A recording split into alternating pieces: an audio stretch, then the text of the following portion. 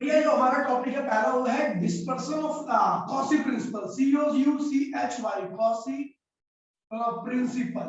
ठीक है भैया, ये जो हायर क्लास का टॉपिक है, ठीक है भैया, जब आप मतलब एक ऐसी बुक पढ़ोगे जिसमें केवल ऑप्टिक्स होगा, ठीक है भैया, तो ये उस बुक में आपका मेंशन रहेगा कॉसी प्रिंसिपल। क्या कहता है भैया, अभी तो यहाँ पे केवल आपको स्टेटमेंट याद नहीं है, कहता है भैया refractive index of colour, colour का जो रिफ्रैक्टिव इंडेक्स होता है वो उसकी वेवलेंथ के स्क्वायर के इनवर्सली होता है। ठीक है भैया, उसकी वेवलेंथ के स्क्वायर के इनवर्सली होता है। इसकी काफी लंबी चौड़ी इक्वेशन है, लेकिन जो लास्ट में कंक्लूजन निकलता है, कह रहा भैया refractive index of colour is inversely proportional to wavelength का स्क्वायर। ठीक है भैया, अगर मैं बात करूं भैया, जब ये प्रिंसिपल हमें मालूम है कॉसी प्रिंसिपल, तो इसके आधार पर मैं कह सकता हूं भैया, आपको पता भैया कि वेवलेंथ वी नो, अगर मैं बात करूं तो सब कलर में सबसे ज्यादा वेवलेंथ किसकी होती है, रेड की, जो कि काफी ज्यादा होती है वॉयलेट से। वॉयलेट की वेवलेंथ से क्या होता है भैया, काफी ज्यादा होती है रेड की वेवलेंथ। ठीक है भैया, और जब रेड की वेवलेंथ वॉयलेट से बहुत ज्यादा होगी तो जाहिर सी बात है रेड का रिफ्रैक्टिव इंडेक्स क्या होगा, वॉयलेट से कम होगा। तो by Cauchy principle, by Cauchy principle, principle क्या होगा भैया, refractive index of red colour is much less than refractive index of violet colour. ठीक है भैया, तो इस प्रिंसिपल के आधार पर हम कह सकते हैं कि ऐसी लाइट जिसका वेवलेंथ ज्यादा होगा उसका रिफ्रैक्टिव इंडेक्स क्या होगा, कम होगा। ऐसी लाइट जिसका वेवलेंथ कम होगी उसका रिफ्रैक्टिव इंडेक्स सबसे ज्यादा होगी। ठीक है, इसी के आधार पर हम डिस्पर्सन ऑफ लाइट भी पढ़ते हैं। तो चला ये कॉसी प्रिंसिपल बेटा समझ में आ गया सबको, कॉसी प्रिंसिपल समझ में आ गया, स्टेटमेंट कॉसी प्रिंसिपल आपको क्लियर है। ठीक है भैया, तो नॉर्मल सी आता है, इसमें लंबा छोड़ा कुछ है नहीं, ये भी आ रही है आपके लेवल पे इतना ही है, बुक में आपने दिया भी नहीं हुआ है। ठीक है, एनसीईआरटी में। ठीक है भैया, तो याद रखना। तो आगे बढ़ते हैं, सेकंड टॉपिक स्टार्ट करते हैं इसी ऊपर, dispersion of light. Out of syllabus है लेकिन आपको पता होना चाहिए, dispersion of light. Dispersion of light क्या कहता है ये, ठीक है भैया, इसके हिसाब से when white light passes through the prism, passes through the prism, it split into 7 different color at different angle। कह रहा है जब आपकी एक व्हाइट लाइट जो होती है वो प्रिज्म से पास करती है, तो व्हाइट लाइट क्या होती है, 7 कलर का मिक्सचर होती है। ठीक है, जब वो व्हाइट लाइट प्रिज्म से पास करेगी तो आपको पता है भैया प्रिज्म का अंदर जो मटेरियल है उसके जो रिफ्रैक्टिव इंडेक्स है वो अलग अलग कलर के हिसाब से क्या होगा, अलग अलग बिहेव करेगा, किसी के लिए ज्यादा किसी के लिए कम। ठीक है भैया, तो सारी लाइटें क्या होती है, अलग अलग एंगल पर आपको, सारे कलर्स अलग अलग एंगल पर आपको मिलते हैं, जिसको आप विव भी कहते हैं। अब कैसे होता है तो देखिए भैया, हमें 2 रिलेशन पता है, एक तो भैया कॉची प्रिंसिपल पता है, वी नो कॉची प्रिंसिपल क्या था, कॉची प्रिंसिपल था भैया refractive index is inversely equal to lambda के स्क्वायर। और दूसरा पता भैया हमें कि भैया जो डेविएशन होती है, डेविएशन आपको याद होगा थिन प्रिंस फॉर्मूले में हमने देखा था, जो डेविएशन आई थी a mu - 1 था। ठीक है, याद है थिन प्रिंस फॉर्मूला। ठीक है, तो हमने देखा कि जो डेविएशन है वो रिफ्रैक्टिव इंडेक्स के डायरेक्टली प्रोपोर्शनल है, डायरेक्टली प्रोपोर्शनल है। ठीक है भैया, तो अब मैं बात करता हूं भैया, जैसे मैं बात करता हूं तो आपको पता है रेड कलर की जो वेवलेंथ होती है वो वॉयलेट से क्या होती है भैया, वॉयलेट की वेवलेंथ से काफी ज्यादा होती है। तो ये रेड की वेवलेंथ ज्यादा होगी तो वॉयलेट की वेवलेंथ कम होगी, तो जाहिर सी बात है रेड का रिफ्रैक्टिव इंडेक्स क्या, वॉयलेट का रिफ्रैक्टिव इंडेक्स ज्यादा होगा और रेड का रिफ्रैक्टिव इंडेक्स क्या होगा, कम होगा। वॉयलेट का वेवलेंथ, जिसकी वेवलेंथ कम उसका रिफ्रैक्टिव इंडेक्स ज्यादा, जिसका वेवलेंथ ज्यादा उसका रिफ्रैक्टिव इंडेक्स कम। अब जब रिफ्रैक्टिव इंडेक्स इसका ज्यादा है तो हम जानते हैं भैया, हम आते हैं बाय दिस रिलेशन, इस रिलेशन के हिसाब से हम कह सकते हैं भैया कि जिसका रिफ्रैक्टिव इंडेक्स ज्यादा हो उसके अंदर डेविएशन भी क्या होगी, आपको ज्यादा दिखेगी। तो वॉयलेट का तो रिफ्रैक्टिव इंडेक्स ज्यादा है तो इसके अंदर डेविएशन भी क्या होगी वॉयलेट के अंदर, इस रिलेशन के हिसाब से।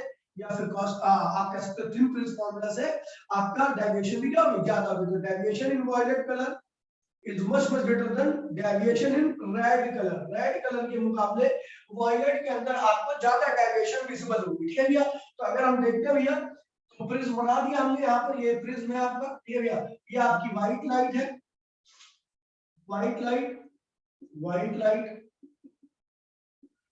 ये देखिए सबसे कम डेविएशन आपको दिखेगी भैया रेड के अंदर, सबसे कम डेविएशन आपको दिखेगी रेड, तो रेड कलर आपको सबसे ऊपर मिलेगा और सबसे ज्यादा डेविएशन मिलेगी आपको वॉयलेट के अंदर, ठीक है भैया, वॉयलेट आपका सबसे नीचे रहेगा। फिर उसके बाद बाकी के कलर बीच में होते हैं, ठीक है भैया, विब ग्योर, ठीक है भैया, हमारा क्या बन जाता है भैया विब ग्योर।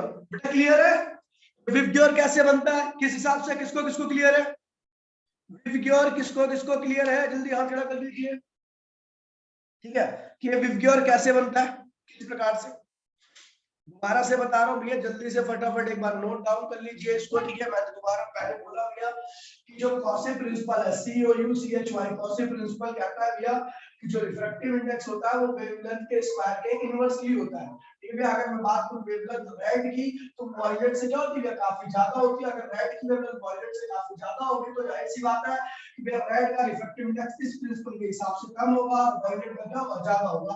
ये तो खैर खत्म हो गया, यहीं पे साइड में कर लेते हैं। फिर आता है डिस्पर्सन ऑफ लाइट, तो डिस्पर्सन ऑफ लाइट मैंने बताया था भैया, अभी बताया थोड़े पहले कि जब एक व्हाइट लाइट प्रिज्म से पास होती है तो 7 अलग-अलग कलर में स्प्लिट हो जाती है, ठीक है भैया।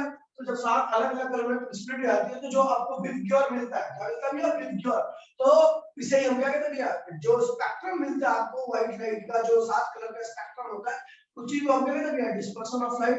वही लिखा हुआ है the white light passes through the prism, it is split into the 7 different color, ठीक है भैया, एट ए डिफरेंट एंगल, अलग-अलग एंगल पर 7 अलग-अलग कलर में स्प्लिट हो जाती है, तो इसे क्या कहते हैं भैया डिस्पर्सन ऑफ लाइट। हम जानते हैं भैया कॉसी प्रिंसिपल के हिसाब से वेवलेंथ के इनवर्स, वेवलेंथ के स्क्वायर के इनवर्सली होता है रिफ्रैक्टिव इंडेक्स, तो हम कह सकते हैं भैया रेड की वेवलेंथ तो काफी ज्यादा होती है, वॉयलेट की कम होती है, तो जाहिर सी बात है जिसकी वेवलेंथ ज्यादा कम उसका रिफ्रैक्टिव इंडेक्स ज्यादा, जिसकी वेवलेंथ ज्यादा उसका रिफ्रैक्टिव इंडेक्स क्या होगा भैया, उसका रिफ्रैक्टिव इंडेक्स क्या होगा भैया आपका कम होगा। तो जब उसका रिफ्रैक्टिव इंडेक्स कम होगा तो हम कह सकते हैं भैया, अब आते हैं भैया किस पे, आपका थिन फ्रिंज फॉर्मूला पे, जिसका रिफ्रैक्टिव इंडेक्स ज्यादा होगा उसके अंदर डेविएशन भी क्या होगी, ज्यादा होगी, और deviation is directly equal to refractive index. तो सबसे ज्यादा रिफ्रैक्टिव इंडेक्स क्या भैया वॉयलेट का, तो उसके अंदर डेविएशन भी आपको क्या मिलेगी, सबसे ज्यादा मिलेगी। तो वॉयलेट क्या होता है, सबसे नीचे मिलता है आपको, क्योंकि सबसे ज्यादा डेविएट होता है, और रेड जिसकी रिफ्रैक्टिव इंडेक्स काफी कम होता है तो उसके अंदर डेविएशन भी क्या होगी, सबसे कम होगी, और इसलिए ये क्या होता है, सबसे टॉप पे मिलता है। अभी बच्चा क्लियर है, किसी को दिक्कत तो नहीं है, क्लियर है सबको, किसी को दिक्कत तो नहीं है, चलो भैया आगे बढ़ो, ठीक है, मिटो रहा हूं मैं इसको, मिटो दो, चलो अगला है scattering of light. Scattering of light क्या होता है ये देखिए,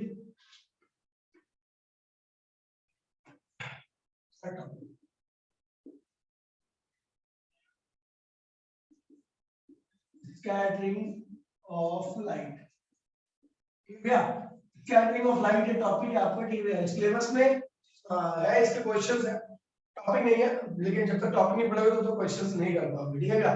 स्कैटरिंग या इसका स्कैटरिंग का मतलब क्या होता है, फैलना, लाइट का फैलना, ठीक है, लाइट का बिखर जाना, लाइट का बिखर जाना, मतलब बिखर कैसे लिखते हैं, ऐसे लिखते हैं ना, बिखर जाना। स्कैटरिंग ऑफ लाइट का मतलब होता है लाइट का बिखर जाना, जब लाइट आपकी बिखर जाती है तो इसको हम क्या कहते हैं भैया, स्कैटरिंग ऑफ लाइट, क्या कहते हैं बच्चा, स्कैटरिंग ऑफ लाइट, ठीक है, लाइट का बिखर जाना स्कैटरिंग ऑफ लाइट कहलाता है, ठीक है भैया।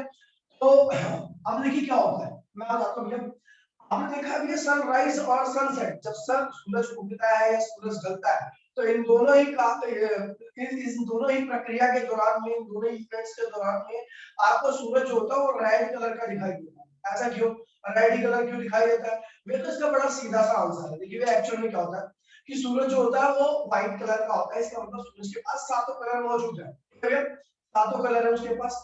अब जब सूरज ओरिजिन पे होता है यानी सनराइज और सनसेट के टाइम पर, तो उस वक्त सूरज और हमारे बीच की दूरी क्या होती है, मैक्सिमम होती है। अब जब मैक्सिमम हमारे और सूरज के बीच की दूरी मैक्सिमम होगी तो ये सबसे पहले क्या होगा, वायलेट स्कैटर्ड जाएगा, फैल जाएगा वहीं पर, यहाँ, ठीक है भैया, फिर दूसरा कलर, फिर तीसरा कलर, फिर चौथा कलर, सारे कलर रास्ते में क्या होगा, धीरे धीरे क्या होंगे, फैलते जाएंगे, ठीक है भैया, और हम तक केवल कौन पहुंच पाएगा, रेड कलर, क्योंकि रेड कलर की वेवलेंथ क्या होती है, सबसे कम होती है, तो हम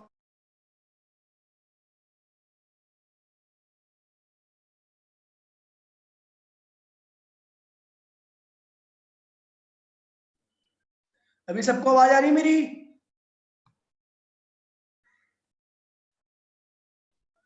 सबके बारे में तो भैया क्या होता है, जब हॉरिजन पे होता है यानी सनराइज और सनसेट के दौरान में, तो उस वक्त सूरज और हमारे, ठीक है, कल भी यही कराया था, ठीक है भैया।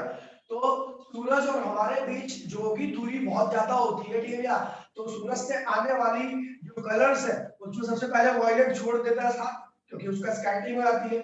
फिर उसके बाद नीचे के इंडिगो जो भी है, मतलब नीचे वाले जितने भी कलर है नीचे से ऊपर की तरफ, सारे धीरे धीरे साथ छोड़ते जाते हैं। लास्ट में हम तक पहुंच पाता है रेड कलर, और रेड कलर हम तक पहुंच पाता है, और उसी कलर का हमें सूरज दिखाई देता है। या तो रेड होता है, या ऑरेंज होता है, या येलो होता है। इन तीन में से कोई एक कलर आपको विजिबल होता है, क्योंकि यही तीनों की वेवलेंथ क्या होती है, ज्यादा होती है, इनकी स्कैटरिंग क्या होती है, कम हो पाती है, और ये हम तक पहुंच पाता है, और सूरज इसी कलर का हमें दिखाई देता है, ठीक है भैया। तो अब देखिए भैया, हम देखिए ऐसा एक्चुअल में होता है इसलिए क्योंकि जब सूरज से किरणें आ रही होती है तो ये एटमॉस्फेरिक पार्टिकल्स होते हैं, एटमॉस्फेरिक पार्टिकल्स, इसे कहते हैं भैया एटमॉस्फेरिक पार्टिकल्स, बहुत छोटे छोटे होते हैं। खैर अभी तो मैंने बड़ा ही बना दिया इसको, एटमॉस्फेरिक पार्टिकल्स कहते हैं इसको, ठीक है। जब लाइट आती है बड़ी वेवलेंथ वाली, बड़ी वेवलेंथ वाली, तो क्या होता है भैया कि वो लाइट बड़ी वेवलेंथ होने की वजह से क्या करता है, इन पार्टिकल्स को इजीली जंप करती चली निकल जाती है, इजीली जंप करते हुए भैया आगे निकल जाती है, ठीक है भैया। ड्यू टू लार्ज वेवलेंथ, ये वेवलेंथ क्या करती है, ये वेव जो होती है वो इजीली इन पार्टिकल से इंटरेक्ट, ये बहुत कम इंटरेक्ट करती है और इजीली जंप करती है, क्या होती है, आगे निकल जाती है। Due to large wavelength, due to large wavelength, light wave, wave jump या white red light देखो, red light jumps the atmospheric particle without any interaction। ठीक है, लार्ज वेवलेंथ की वजह से इन पार्टिकल्स को क्या करती है, जो एटमॉस्फेयर में जो पार्टिकल्स होते हैं छोटे छोटे, उनको बगैर किसी इंटरेक्शन के जंप करते हुए निकल जाती है। So the white red light scattering, so the scattering of red light, so the scattering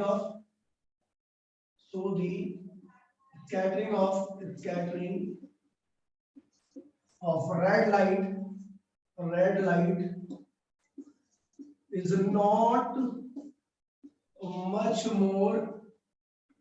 not much more visible। ठीक है भैया, देखिए भैया दोबारा से रिपीट कर रहा हूं मैं इसको, कह रहा भैया रेड कलर की वेवलेंथ क्या होती है भैया, ज्यादा होती है, रेड कलर की वेवलेंथ ज्यादा होती है, तो इस वजह से क्या होता है भैया, ये इजीली जो आपके एटमॉस्फेरिक पार्टिकल होते हैं उनको जंप करती हुई आगे निकल जाती है बिना किसी इंटरेक्शन के। तो हम कहते हैं भैया रेड लाइट ज्यादा, रेड लाइट के अंदर जो स्कैटरिंग हो रही है वो ज्यादा विजिबल नहीं होगी, ठीक है भैया। और ये हमारे तक क्या होता है भैया, जो स्कैटर नहीं होता केवल वही चीजें हमारे तक क्या होती है, पहुंच पाती है, और वैसा ही हमें दिखाई देता है। बेटा क्लियर है, रेड लाइट क्यों हम तक पहुंच पाती है, रेड लाइट हम तक क्यों पहुंच पाती है, क्लियर है भैया। अब देखिए मैं बात करता हूं वायलेट लाइट की, वायलेट लाइट हम तक क्यों नहीं पहुंच पाती, ठीक है भैया। अब देखिए मिटोरो में इसको ध्यान दीजिए, ठीक है, मिटोरो भैया फोटो ले लीजिए इसकी, ठीक है। अब देखिए, अब वायलेट लाइट का केस बता रहा हूं, ठीक है। अब ये एटमॉस्फेरिक पार्टिकल्स है, बहुत सारे पार्टिकल्स हैं। अब वायलेट लाइट की वेवलेंथ क्या होती है, काफी कम होती है, छोटी वेवलेंथ होती है, ठीक है भैया। छोटी वेवलेंथ की वजह से क्या करती है, ये सीधा क्या करती है, जो स्मॉल वेवलेंथ ये सीधा एटमॉस्फेरिक पार्टिकल के साथ क्या करती है, कोलाइड करती है, और कोलाइड करके इसकी एनर्जी, इसकी वैल्यू, इसकी स्ट्रेंथ में क्या होती है, धीरे धीरे कमी आती है, और वो रास्ते में ही छूट जाती है, ठीक है भैया, रह जाती है, ठीक है। Due to small wavelength, due to small wavelength light interact with atmospheric particle, here so it scattered completely, ठीक है भैया। तो कह रहा है भैया कि छोटी वेवलेंथ की वजह से ये एटमॉस्फेरिक पार्टिकल के साथ इंटरेक्ट करती है और इंटरेक्ट करके क्या होती है, कंप्लीटली स्कैटर्ड जाती है, ठीक है भैया, इसीलिए ये हम तक नहीं पहुंच पाती, ठीक है भैया, समझ गए, ये क्लियर है। ये किसको किसको क्लियर है, चल बताओ, वायलेट लाइट का सीन,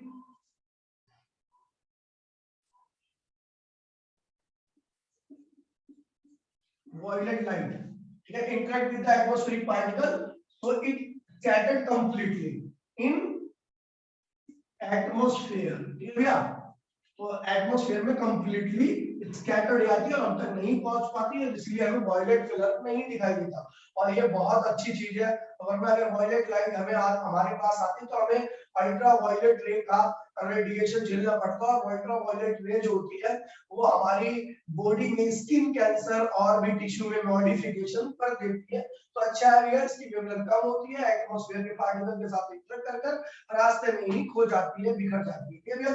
तो यहाँ पर मिटो रहा हूं भैया, इसको मिटो रहा हूं, फाइनली कंक्लूजन क्या लिख रहा हूं भैया, जो स्कैटरिंग है, स्कैटरिंग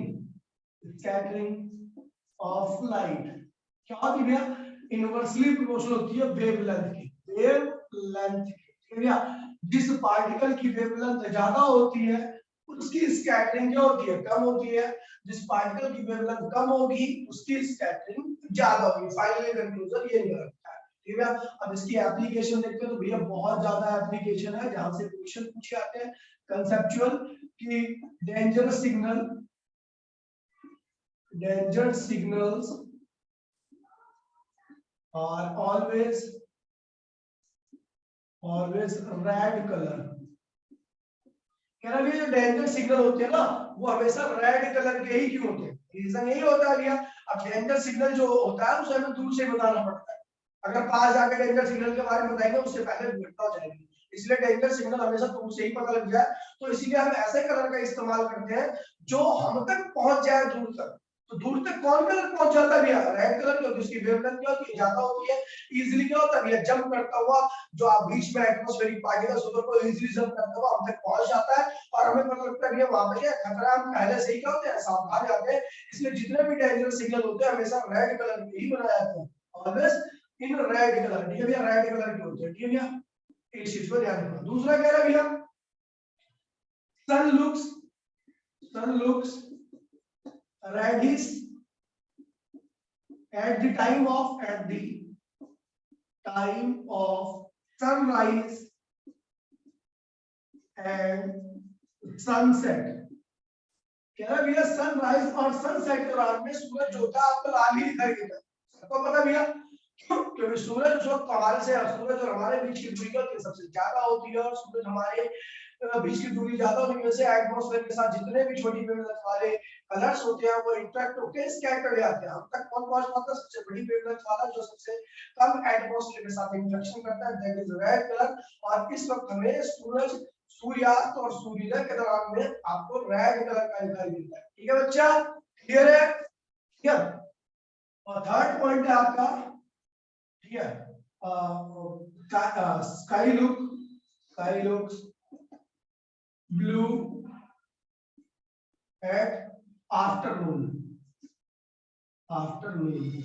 ठीक है, दोपहर के टाइम में जो आसमान होता है वो नीला दिखाई देता है, इसका क्या कारण है, क्योंकि आप बता दो भैया, सूरज और हमारे बीच की दूरी क्या होती है, सबसे कम होती है, सूरज से लगभग सारी किरणें पहुंच जाती हैं, लेकिन वॉयलेट जो होता है उसकी वेवलेंथ कम होती है, इसलिए वो आसमान में जो होती है सबसे पहले स्कैटर जाती है, फैल जाती है, और उसकी स्कैटरिंग की वजह से क्या होता है, पूरा आसमान हमें क्या होता है भैया, ब्लू कलर का दिखाई देता है, पूरे आसमान में क्या होता है, स्कैटरिंग हो जाती है, केवल हमें ब्लू कलर की स्कैटरिंग दिखाई देती है, बाकी सारे कलर हम तक पहुंच जाते हैं, भैया क्लियर है बच्चा, क्लियर है, स्कैटरिंग ऑफ लाइट, जल्दी बता दो, टाइम नहीं अपने पास बिल्कुल भी,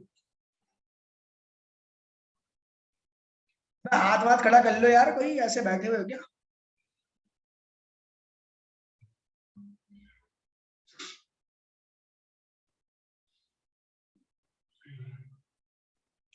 कुछ बच्चे क्लास में लेकिन फोन चला रहे हैं, बच्चे क्लास में लेकिन फोन चला रहे हैं, सावधान, समय की नजर सब पर है भैया।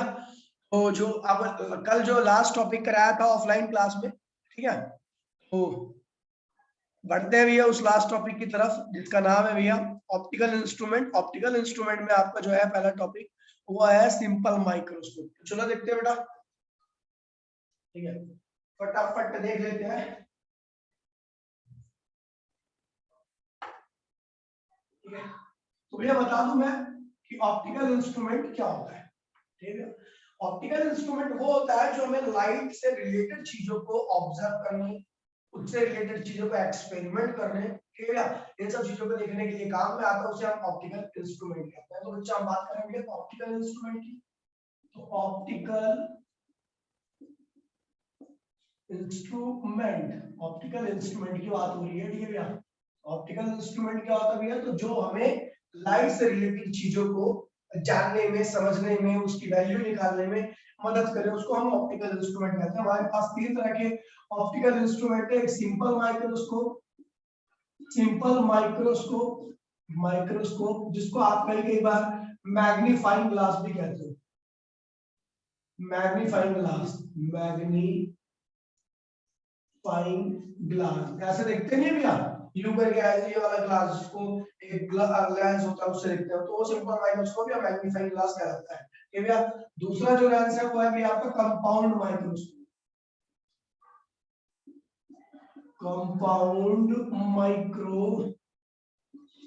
ठीक है भैया, कंपाउंड माइक्रोस्कोप। और तीसरा और लास्ट है भैया वो टेलीस्कोप। क्या भैया, टेलीस्कोप, जिसे हमें पढ़ना है वो है भैया हमारा एस्ट्रोनॉमिकल, मतलब हमें इस टेलीस्कोप का इस्तेमाल करके स्पेस में जो चीजें हैं उनको देखना, तो इसलिए एस्ट्रोनॉमिकल टेलीस्कोप कहते हैं इसको, टेलीस्कोप।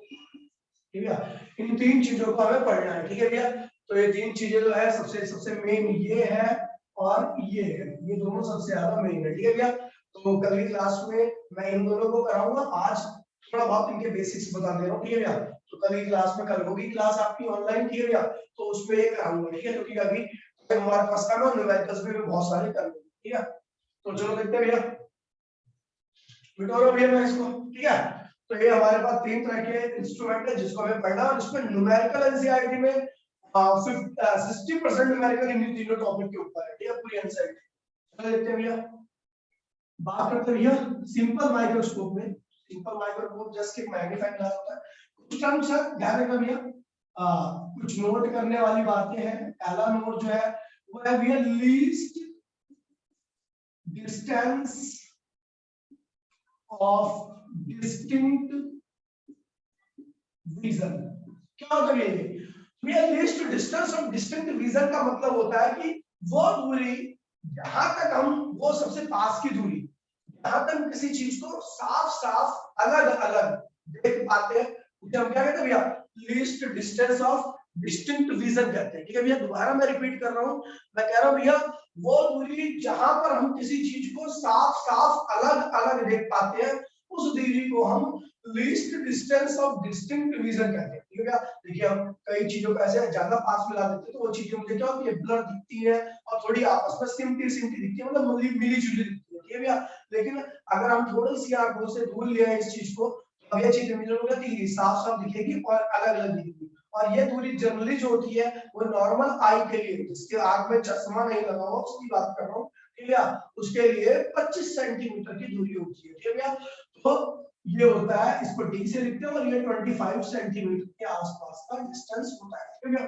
दूसरा भी है इसमें जो हम पर देखेंगे, मैं वर्ड यूज करूंगा नियर बाय एडजस्टमेंट। नियर तो क्योंकि हमें हर इंस्ट्रूमेंट में दो तरह के एडजस्टमेंट करने हैं, उसमें पहला क्या है, नियर बाय एडजस्टमेंट।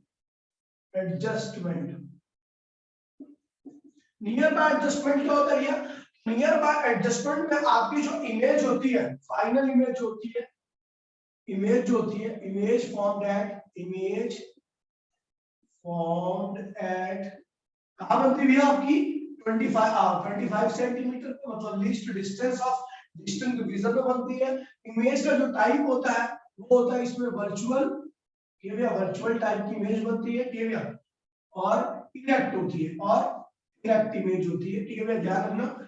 ये आपका नियर बाय एडजस्टमेंट है। जब आप भी मैं बोलूंगा आपको कि नियर बाय एडजस्टमेंट करना है तो अपने आप समझ जाना भैया, नियर बाय एडजस्टमेंट में जो आपको फाइनल इमेज बनानी है वो 25 सेंटीमीटर की दूरी पर बनानी है, और जो इमेज का टाइप होगा वर्चुअल और इरेक्ट होगा, ठीक है भैया। आगे बढ़ते हैं, ठीक है।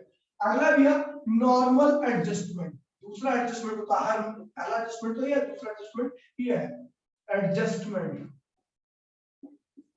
नॉर्मल एडजस्टमेंट की बात करूं तो फाइनल इमेज जो बनती है यहां पर, final image form, final image form at infinity. इस केस में आपकी जो फाइनल इमेज बनती है वो कहां बनती है भैया, इंफिनिटी में बनती है, और जो कि रियल होती है। क्या होती है भैया, रियल होती है, ठीक है भैया, ये हो गया। उसके बाद एक और टर्म का यूज करेंगे जिसे कहेंगे भैया angular magnification, angular magnification, angular magnification क्या होता है भैया, देखिए आपने जो मैग्निफिकेशन पढ़ रखा है, आपने जो मैग्निफिकेशन पढ़ रखा है वो लीनियर मैग्निफिकेशन है। कौन सा मैग्निफिकेशन है, लीनियर मैग्निफिकेशन, जिसमें आप कहते हैं भैया it is the ratio of height of image to the height of object. Image की हाइट और ऑब्जेक्ट की हाइट का रेशियो जो कहलाता है भैया वो लीनियर मैग्निफिकेशन होता है। लेकिन यहाँ पर आप एंगुलर मैग्निफिकेशन पढ़ोगे कि इमेज को देखने का एंगल, ऑब्जेक्ट को देखने का एंगल, इमेज और ऑब्जेक्ट को देखने का एंगल, इमेज को देखने का एंगल अपॉन में ऑब्जेक्ट को देखने का एंगल जो बनता है उसका रेशियो जो कहलाता है वो एंगुलर मैग्निफिकेशन कहलाता है। तो इसको भी हम एम से ही लिखते हैं, लेकिन ये क्या होता है बीटा अपॉन में अल्फा। बीटा क्या भैया, इमेज को देखने का एंगल, इमेज को देखने का एंगल, देखने का एंगल, ठीक है, ये इमेज को देखने का एंगल है बीटा, और अल्फा क्या भैया, ऑब्जेक्ट को देखने का एंगल, ऑब्जेक्ट को देखने का एंगल, ठीक है। ये इमेज को देखने का एंगल है बीटा, और ये जो है अल्फा जो है आपका ऑब्जेक्ट को देखने का एंगल है। ये सारी चीजें जो है आपको याद रहनी चाहिए, ठीक है। कि क्या भी है, पहला नोट में लिस्ट डिस्टेंस ऑफ डिस्ट्रीब्यूशन, तो ये वो थोड़ी होती है सबसे पास की, यहाँ पर आप किसी भी चीज को साफ साफ अलग अलग एकदम साफ सुथरा देख पाते हैं, ठीक है भैया। 25 सेंटीमीटर होती है उस आर्क के लिए जो नॉर्मल आएगी, ठीक है भैया।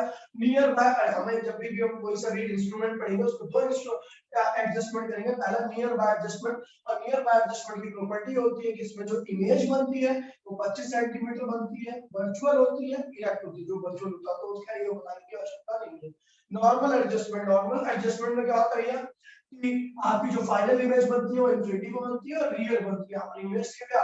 और लास्ट में मैंने बताया एंगुलर मैग्निफिकेशन। तो एंगुलर मैग्निफिकेशन मैंने बोला भैया आपने जो पढ़ा height of image upon the height of object, that is the linear magnification. हम लेंथ को लेकर सॉल्व करेंगे, v अपॉन में u, ये भी क्या लीनियर मैग्निफिकेशन है। लेकिन इस बार हम करेंगे इमेज को देखने का एंगल अपॉन में ऑब्जेक्ट को देखने का एंगल। अगर इमेज बड़ी होगी तो उसको देखने के लिए बड़ा एंगल बनाना पड़ेगा, इमेज अगर छोटी होगी तो उसको देखने के लिए छोटा एंगल बनाना पड़ेगा, ठीक है भैया। तो इसे एंगुलर मैग्निफिकेशन होता है, that is the beta upon alpha, where beta is the image को देखने का एंगल और अल्फा इज द ऑब्जेक्ट को देखने का एंगल। क्लियर है चीज, क्लियर है, क्लियर है बच्चा, ठीक है। तो भैया मैं अभी आज की क्लास को यहीं पे फिनिश करता हूं, क्योंकि अगर मैं कोई चालू करूंगा तो पूरा नहीं हो पाएगा। कल सुबह मैं क्लास स्टार्ट करूंगा, ठीक है भैया। ऑप्टिकल इंस्ट्रूमेंट में पहला इंस्ट्रूमेंट पढ़ाने जाऊंगा सिंपल माइक्रोस्कोप, दूसरा कंपाउंड माइक्रोस्कोप, दोनों मैं कल ही खत्म कर दूंगा, ठीक है भैया। आसान चीजें हो सकेगा तो मैं आपका टेलीस्कोप भी खत्म कर दूंगा। तो मिलते हैं कल सुबह क्लास में, टाटा बाय बाय, जय हिंद जय भारत।